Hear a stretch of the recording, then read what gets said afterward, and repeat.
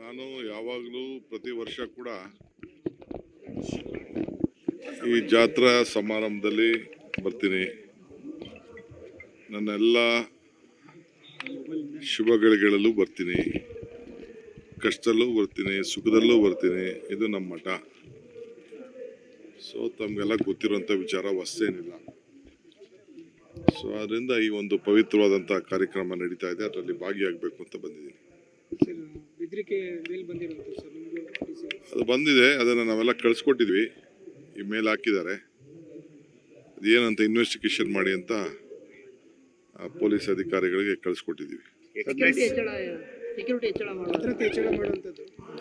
ನೋಡಿ, ನನ್ನ ಭದ್ರತೆ ಇರಲಿ, ನನ್ನ ಭದ್ರತೆ ಏನೂ ಆಗೋದಿಲ್ಲ.